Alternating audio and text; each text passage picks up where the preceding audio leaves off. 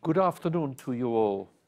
This is the session on Central and Eastern Europe, which is titled A New Agenda for the Continent, which sounds like a really wide-ranging topic.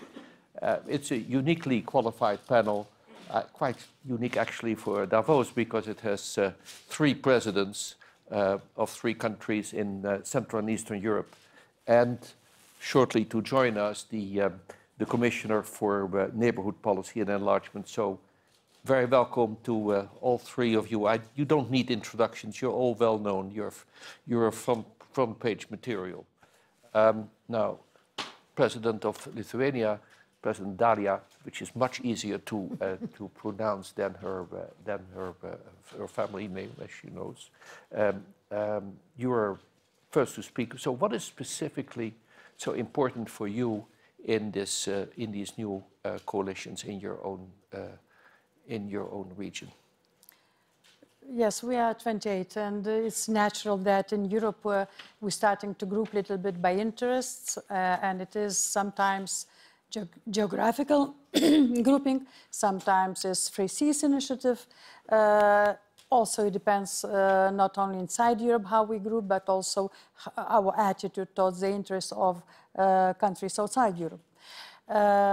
For Baltic states, we're already for some time cooperating very closely with Nordic countries. It's so-called NB6 framework, and we very much before each meeting we have informal meetings to coordinate our positions on a lot of issues, starting from economic, from integrational into European process, how much we want, how wide we want integration, in which areas, and how much we will support integration process, up to the foreign policy, positions on sanctions for Russia, positions on creating energy union, positions on cybersecurity, and of course positions on Ukraine.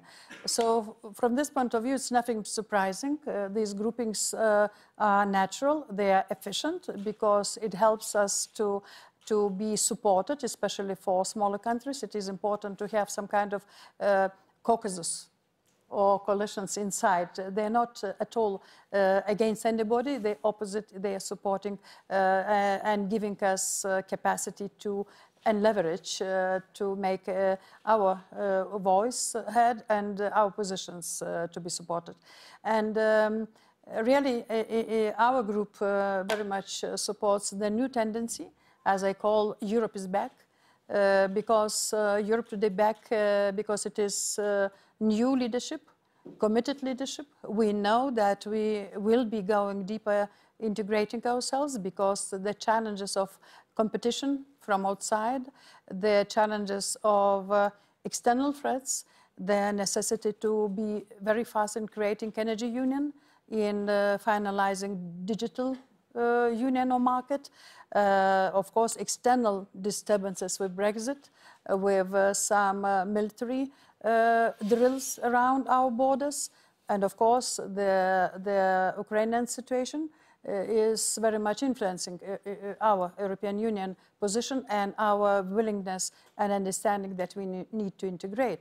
And from this point of view, I'm happy that already new leadership in France, the government in Germany, which is under formation, but we had what it was said, that we understand that in new world, Europe needs to be stronger, and for smaller countries inside European Union, for us, we inside the strong ally, in strong union, is a lot better than being somewhere else. Why? We are supporting the integration, further integration, especially in economy, in monetary union, in banking sector, in cyber, in innovations, even in defense.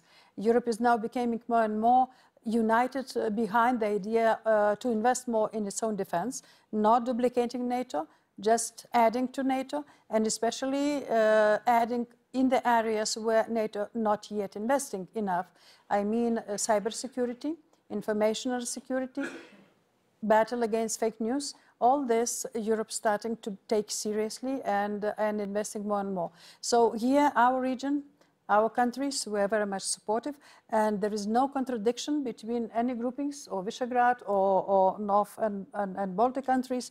So here we are very much united, and it is what we're having this year as a new tendency. We are more confident, all of us in Europe. We know what we need to do, and we have new leadership. So that's everything in place. We need to deliver.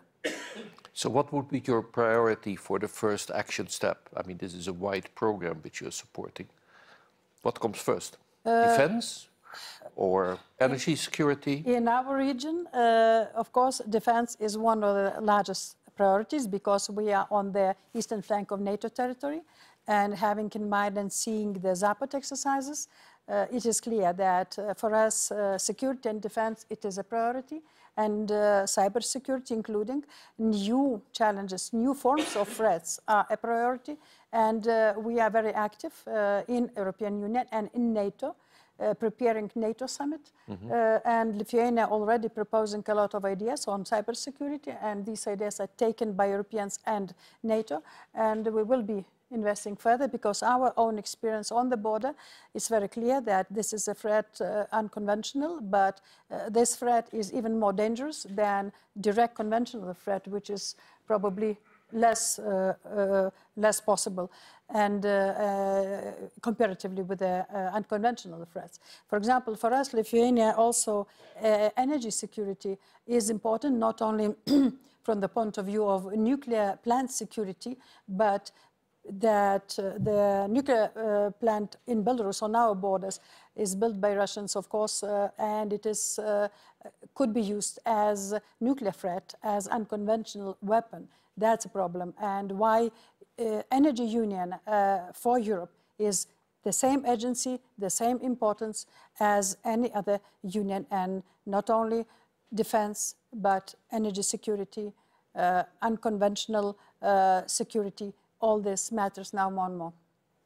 Thank you. President Duda, this is a text which President Daria just spoke, which could have come from Poland, isn't it? I mean, you must have similar views on this, or are there disagreements? I'm not talking about internal European Union disagreements. You and I will talk about that later, your Brussels issues at this time, but the wider question, why more integration would be needed, or do you doubt that approach? Thank you. Especially thank you for the invitation to this very interesting session together with Madam President and Mr. President, neighbors of my country, I can say. This is the good questions. Yes, yes. I can say in the most of these matters, issues, we share the same point of view. Because we are in the same region, and in general, in this big polity, I can say we have also the same problems. So when I look at our situation, when I analyze our history, I can say this is very important year for us, this 2018. Why? Because this year we celebrate 100th anniversary of regaining our independence. That was in 1918, and that was very important year, not only for us, for Poland, but also for many countries in Central Europe. So this is also the very symbolic year, and I think that it needs very specific and very ambitious approach to solve the problems, to find the ways to solve the problems we have. So I'm very glad that we have few formats of cooperation, because this is very important, that during last 30 years, we found a few formats of cooperation in the most important matters. One of the absolutely most important is, of course, security. Yes. And in Central Europe, we have a special format, cooperation into NATO. We have meetings, we call it Bucharest 9. 9 countries from Central Europe has meetings and discuss about the security, about defense annually before the NATO summit. And we discussed about our problem, we discussed our situation in the matter of security, in the matter of defense, and we try to reach a common standing for the upcoming NATO summit. So I took part in this before the NATO summit in Warsaw, and that was really very productive. And now I can say I'm sure that this Bucharest 9 is very, very good and very needed initiative. And what else? Second is cooperation which is going to accelerate development of our countries. A little bit on Nord Stream 2. Really, we treat it as pure political project. There is no economic necessity and sense to build it. It will make Europe again fully dependent and main large countries dependent on Russian supply. It's nothing bad about Russian gas. We also buy as much as we need, and if it is competitive prices. But the problem is that if you became totally dependent, then this becomes an instrument of influence. Usually, our history showed and our experience that energy always was used as pressure tool, as influence tool, as some kind of instrument of dependency in politics, in economy.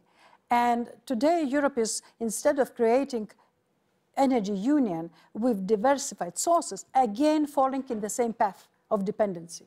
That's a problem. We're not against Russian gas as it is, but we're against falling Europe again back to full dependency on Russian gas supply. Which has been discussed not only in the European Commission, but also in the Council of Ministers and your various other informal meetings. Yes, and I tried to go out from internal affairs and discussions which have been mentioned by President Duda. We do have phenomena now in the European Union that some countries have different understanding of some procedures and some solutions, and we got backlash between some member states and institutions in how to implement one or another thing. And recently we saw examples that institutions tried to enforce by force some decisions, which made very bad mood between the member states and gives very bad image for population in some countries. So what we are now seeking, and we're trying to, especially from other countries, say that any question we need to return back as it was before. We need to find consensual solutions via dialogue. You cannot enforce by force anything in the European Union. All decisions via discussions and joint solutions. And I'm not taking now place good or bad. This is not for me to evaluate. What is important for me as a head of state and neighbor, saying that no matter how difficult the situation is, we cannot blame and shame each other. We need to find together consensual solutions, because Europe is about understanding and agreement, not about enforcing, beating, or using the instruments which never been used before. That's the main probably strategic and technical element, because we have not only rule of law questions, in future maybe we will have migration questions in Europe, and all these examples say that we need to look how to achieve agreements between each other, but not making bad blood between each other. What we can expect is predictably aggressive and predictably destabilizing. That's what we will face this year, and we need and we know how to respond. For President Trump, of course, welcome to stay on the world stage. Don't withdraw, otherwise there will be no great America. Thank you very much. Thank you very much, all three, for very candid answers.